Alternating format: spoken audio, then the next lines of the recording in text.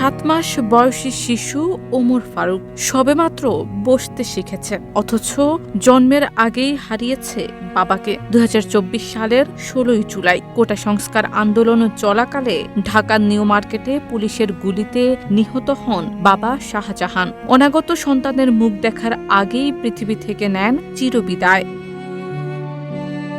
শাহজাহান স্ত্রী ফাতেহাকে নিয়ে থাকতেন ঢাকার কামরাঙ্গীচরের চান মসজিদ এলাকায়। নিউ মার্কেটে ফুটপাতে পাপোশ বিক্রি করে সংসার চালাতেন। কোটা সংস্কার আন্দোলন শুরু হলে 4 মাসের অন্তঃসত্ত্বা স্ত্রীর বাধা উপেক্ষা করে আন্দোলনে গিয়ে শহীদ হন। আমার হাজবেন্ড আন্দোলন করে এই রাজপথে নেমে আসে, গুলি খেয়ে মারা গেছে। তাকে পাখির মতো মারা হয়েছে। কি জন্য মারা হয়েছে?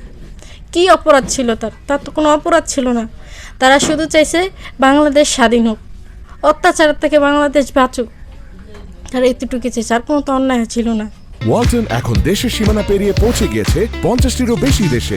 ওয়ালটন, ঘরে ঘরে বিশ্বজুড়ে। স্বামীর মৃত্যুর পর সন্তানকে নিয়ে স্ত্রী ফাতেহা থাকেন তার বিধবা মায়ের সাথে ভোলার দৌলতখানে গ্রামের বাড়িতে। সেই মায়ের দুশ্চিন্তা এখন তিনি মারা গেলে মেয়ে ও নাতির পাশে দাঁড়ানোর মতো কেউই নেই।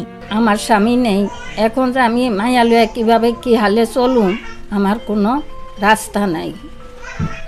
এখন আমি যদি মরে যাই, কি আমি কোনো হই, তাহলে আমার এই মায়ার পাশে খাড়ানোর কোনো লোক নেই, কেবে নেই। আমার একটা ছেলে কোনো মাসে 500 টাকা দেয়, কোনো মাসে 1000 টাকা দেয়। তা দিয়ে আমি আমার মেয়ে লইয়া চলি, খাই। সরকারের কাছে আমার এক আবেদন যে সব সময় যখন আমার নাতি দিকে আর আমার মেয়ের দিকে পাশে থাকে। ভোলার জেলা প্রশাসক চেষ্টা করছেন শহীদ শাহজাহানের ওয়ারিশ নির্ধারণ করে তার স্ত্রীকে সরকারি সহযোগিতা দিতে। শহীদ শাহজাহানের স্ত্রী ফাতেহা, তাদের পারিবারিকভাবে একটু সমস্যা ছিল, তাদের সেই ওয়ারিশ নির্ধারণে জটিলতা ছিল, কিন্তু সেই জটিলতা কাটিয়ে উঠে আমরা সম্প্রতি তাদের কাগজপত্র আমরা ঢাকায় প্রেরণ করেছি। তারা অচিরেই সরকারের অন্যান্য সহায়তা পাবেন। শারমিন নিশু, ঢাকা পোস্ট।